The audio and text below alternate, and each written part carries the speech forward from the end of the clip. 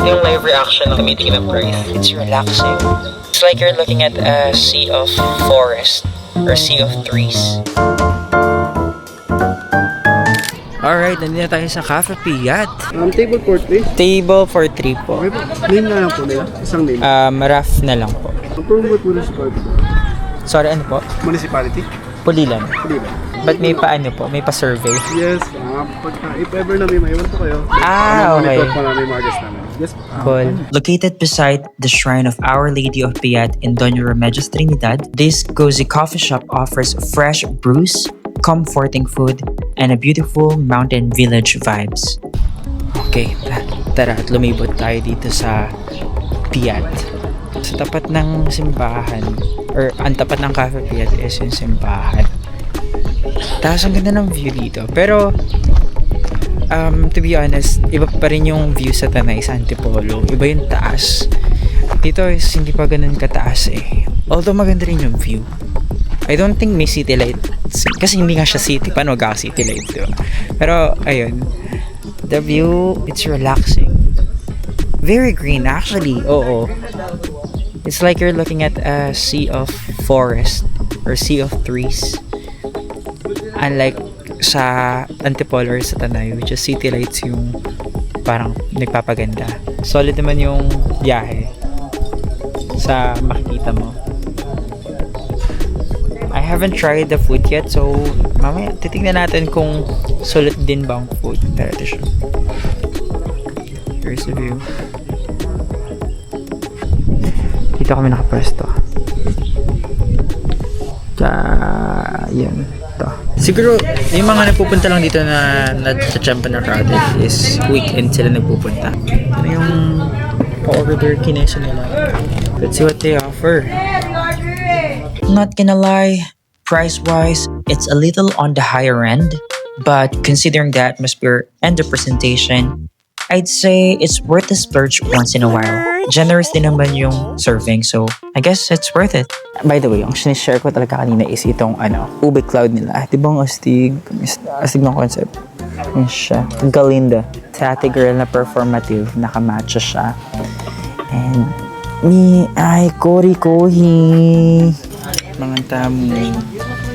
Ayan, perfect. May sausawan. Hindi ka na Nakabukas pa. No need to ask for sausawan. Ayoko na atsara, girl. Gusto mo atsara? Go, ano yung nila? Makain ka nito, lab? Dems. Dems. Makain ka nito? Di ba hindi din? Dito na sa egg, lagay mo sa egg. Bading kasi. May atsara Papaya din yan. May atsara kasi ako. Okay. Bading kasi yan siya. May kamatis ka? Wala. Yan oh. Ako lang may kamatis. Tingnan. Pampaganda ng bilat. Sibuyas, di ko masyado. Ay, kideme mo na yun ibibigay. Ay, bakit? Hindi na yan siya sa akin. Amihin mo.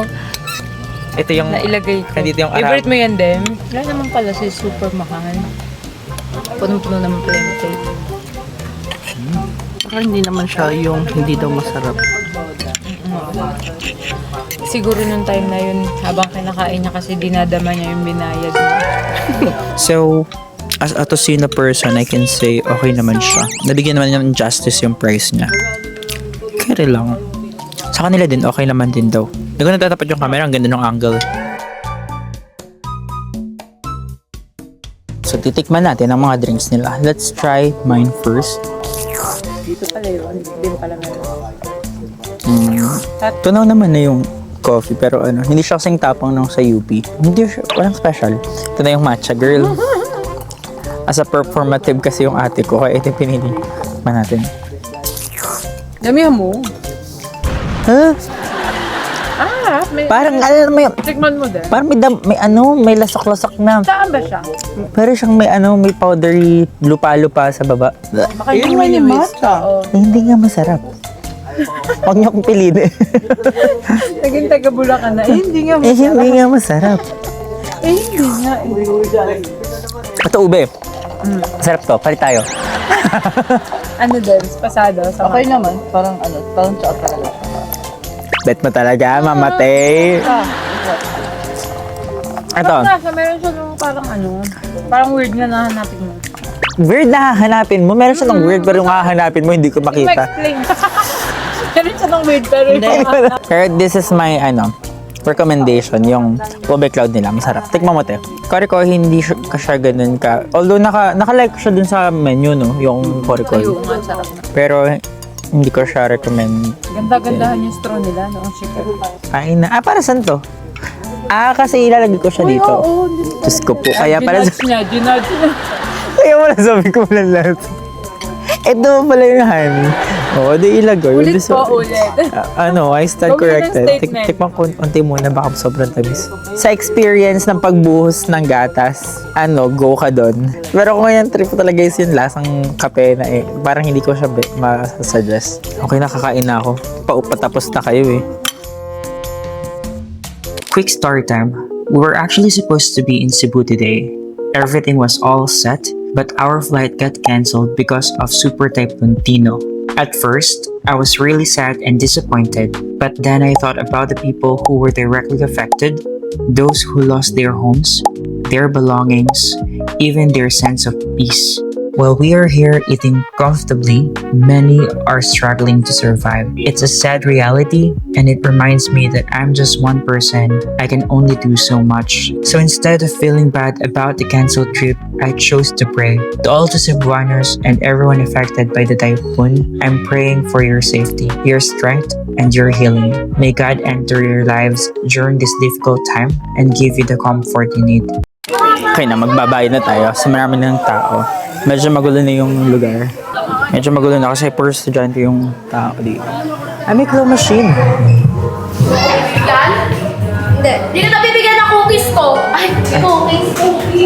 Skandalosa. Bill po. Table 5. Ito pala yung loob, guys.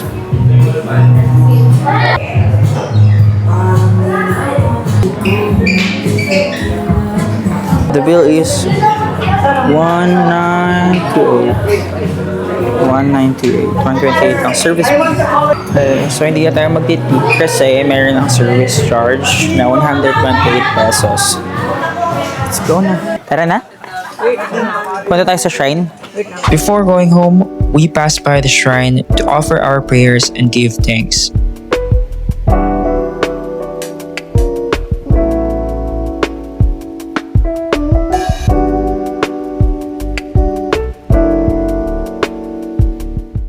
May CR and maganda yung CR nila te.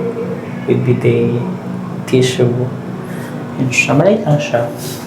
Bakit ba binablog yung CR? The part when I play dream, 'cause I